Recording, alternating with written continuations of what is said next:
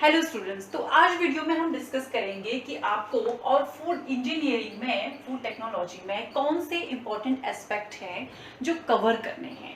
ठीक है, तो उसमें आपका आ जाता है another one, that is your laws. तो आपके फूड इंजीनियरिंग में जितने टॉपिक्स दिए हुए हैं उनसे रिलेटेड आपके कितने लॉज हैं, आपको वो सारे लॉज मेमोराइज करने हैं। ठीक है, मेमोराइज मींस आपको पता होना चाहिए कि इनकी स्टेटमेंट्स क्या हैं, राइट, ये किस चीज के लिए स्टेट किए जाते हैं।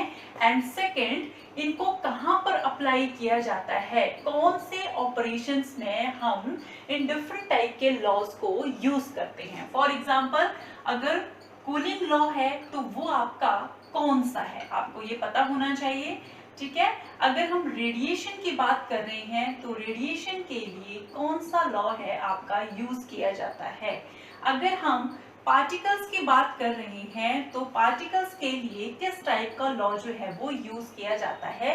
तो आपको इन लॉज की जो कैटेगरीज हैं वो पता होनी चाहिए। फॉर एग्जांपल, आपका फिक्स लॉ आता है, ठीक है, तो आपको पता होना चाहिए कि आपका जो फिक्स लॉ है उसको कहाँ पे यूज किया जाता है, राइट, उसको कहाँ पे यूज किया जाता है, अप्लाई किया जाता है, आपको वो पता होना चाहिए। जैसे आपका स्टीफन बोल्ट्जमैन लॉ आता है तो आपको पता होना चाहिए कि उसको कहां पर यूज किया जाता है। तो ये कुछ इंपॉर्टेंट एस्पेक्ट हैं, आपको पता होने चाहिए। तो इसके लिए भी आपको क्या करना पड़ेगा, एक प्रॉपर लिस्ट बनानी पड़ेगी according to your food engineering topic. तो उस टॉपिक में जितने भी आपके लॉज आते हैं आप उनकी लिस्ट बनाओ, उस लिस्ट के साथ उन लॉज की क्या स्टेटमेंट है आप उसको लिखो, और उनको कौन सी कैटेगरी में यूज किया जाता है, कौन से यूनिट ऑपरेशन में यूज किया जाता है, आप उसको भी वही मेंशन कर दो।